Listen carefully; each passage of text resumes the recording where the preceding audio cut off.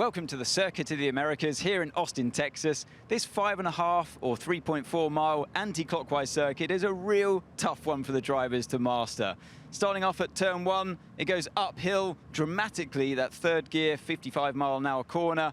Then things start to speed up. This sequence here is fantastic to drive in the car, but oh so hard to get right. 165 miles an hour, the cars will be looking to enter into that sequence.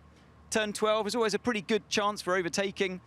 One of the slowest corners on the circuit, third gear, just 55 miles an hour. And it winds its way through turn 16, 17 and 18.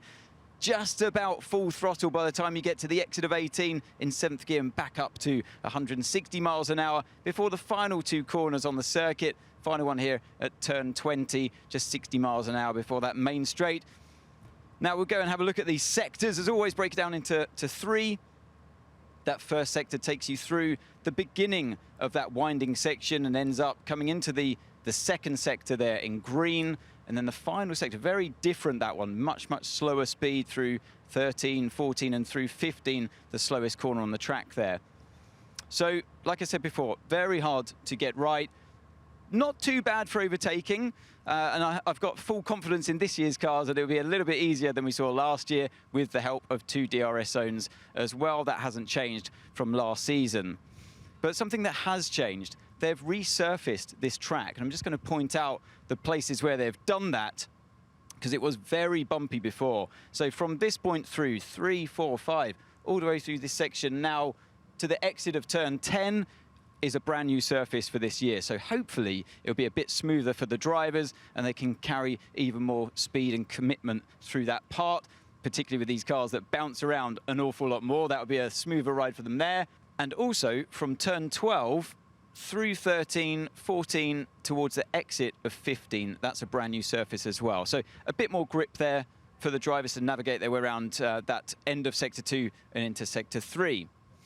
Take it back to the corners. And speaking of last year's lap, as a reference, we have a lap from Max Verstappen, his pole position lap from last year.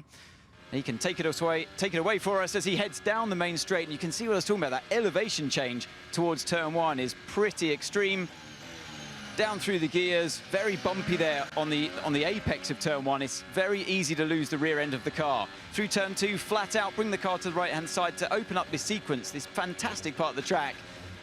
Left to right, through turn 6. I'm just going to stop it for you here because as he pinches that car a bit too tight there, I'm just wondering, with the new race directors being a bit hotter on track limits, whether they're going to be looking at that wheel on the inside of the white line this year round. So we'll keep an eye on that as the sessions go on.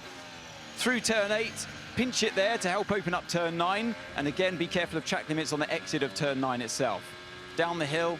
Late braking in towards turn 11. Not really an overtaking spot, but it's definitely somewhere where you can line yourself up for this next straight coming. The DRS zone comes at you just here. There's that line just past us.